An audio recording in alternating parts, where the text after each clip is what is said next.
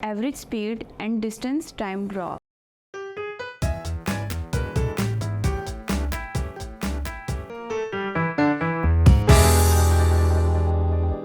Assalamu alaikum students, welcome you all on the platform of digital academics provided by Moonlight International Publishers.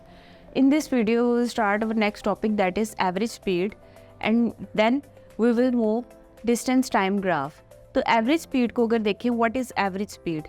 Average speed is used basically to determine the average rate at which an object is moved, या फिर specific position changes in a specific time.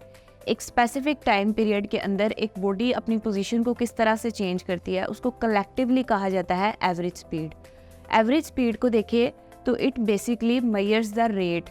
अगर आप average का word देखें तो average से आपको पता चलेगा कि 1 2 3 4 3 4 5 चीज़ों की कलेक्शन है और उसको उसके टोटल के ऊपर डिवाइड कर दिया जाता है. अगर आप एक एग्जाम्पल से इसको स्टडी करें तो इसकी एग्जाम्पल में आप देखेंगे कि एक ऑब्जेक्ट है, वो पॉइंट ए से स्टार्ट हुआ है मूव करना, पॉइंट ए से बी तक वो मूव करता है with the speed of 10 metres और 5 सेकेंड्स. 10 मीटर्स के ऊपर 5 सेकेंड उसका टाइम है. उसके बाद वो बी पॉइंट से सी पॉइंट तक आता है और उसमें उसकी स्पीड और टाइम और डिस्टेंस चेंज हो जाता है. उसमें वो डिस्टेंस कवर करता है 20 मीटर्स और फिर उसके बाद उसका टाइम 10 सेकेंड्स इंक्रीज कर जाता है. तो इससे क्या हुआ कि हमने 2 डिफरेंट थिंग्स देखी. पहले सिनेरियो के अंदर ए पॉइंट से बी पॉइंट तक आने के लिए उस ऑब्जेक्ट ने जो डिस्टेंस कवर किया था दैट वाज 10 मीटर्स, और फिर नेक्स्ट के अंदर उसने जो डिस्टेंस कवर किया दैट वाज 20 मीटर्स. तो 10 और 22 डिफरेंट हमारे पास वैल्यूज़ आ गई है.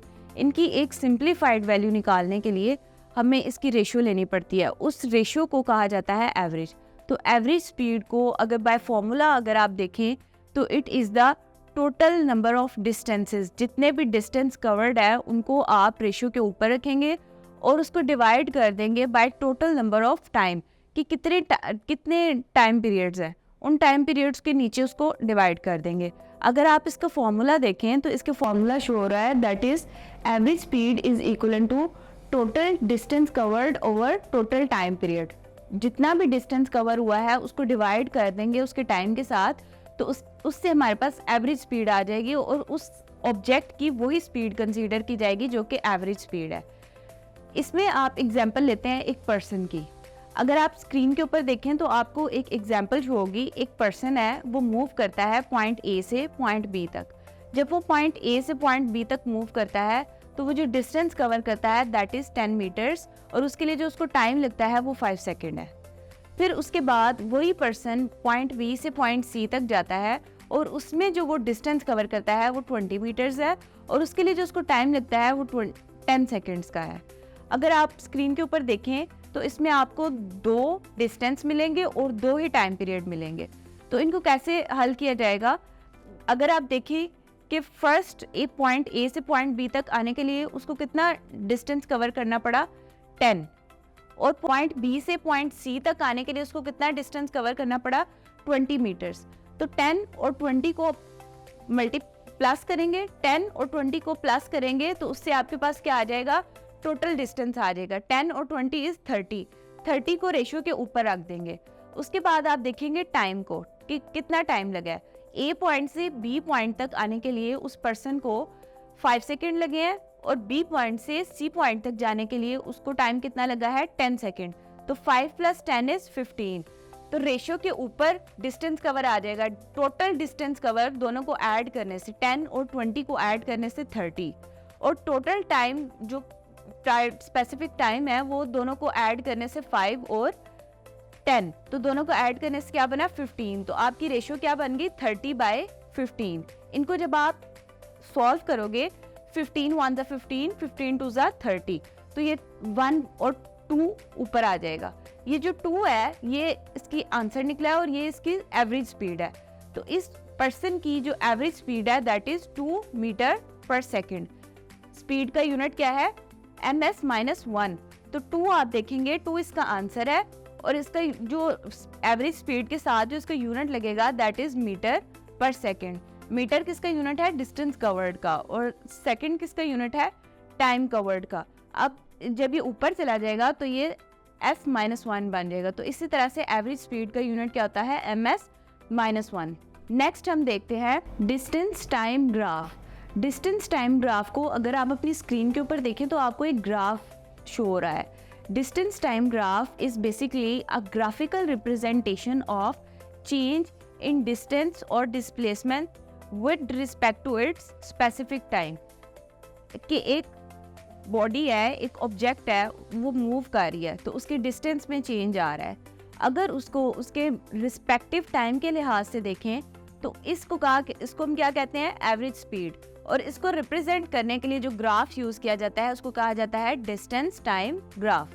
डिस्टेंस टाइम ग्राफ की ग्राफिकल रिप्रेजेंटेशन में आपको एक ग्राफ नज़र आ रहा है।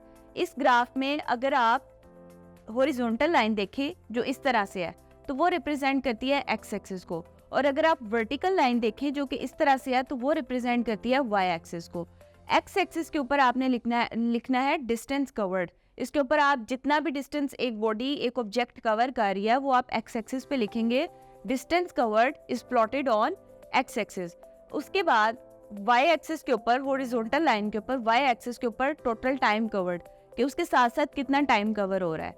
अगर एक ऑब्जेक्ट है वो ए पॉइंट से बी पॉइंट तक जाता है तो वो जितना डिस्टेंस कवर करेगा उसको एक्स एक्सिस पे लिखते जाएंगे, और जो वो जितने टाइम में वो कवर करेगा उसको वाई एक्सिस पे लिखते जाएंगे। जो ग्राफ है वो बेसिकली रिप्रेजेंट करता है एवरेज टाइम को, एवरेज टाइम, एवरेज स्पीड को। एवरेज स्पीड मैंने पहले भी आपको बताया कि अगर एक ऑब्जेक्ट है वो ए पॉइंट से स्टार्ट होता है, बी पॉइंट पे आता है, उसकी स्पीड चेंज हो जाती है, फिर सी पॉइंट पे आता है, उसकी स्पीड चेंज हो जाती है, फिर डी पॉइंट पे जाता है, उसकी स्पीड चेंज हो जाती है। इस तरह से क्या होता है, मूव करते करते उसकी स्पीड चेंज होती रहती है।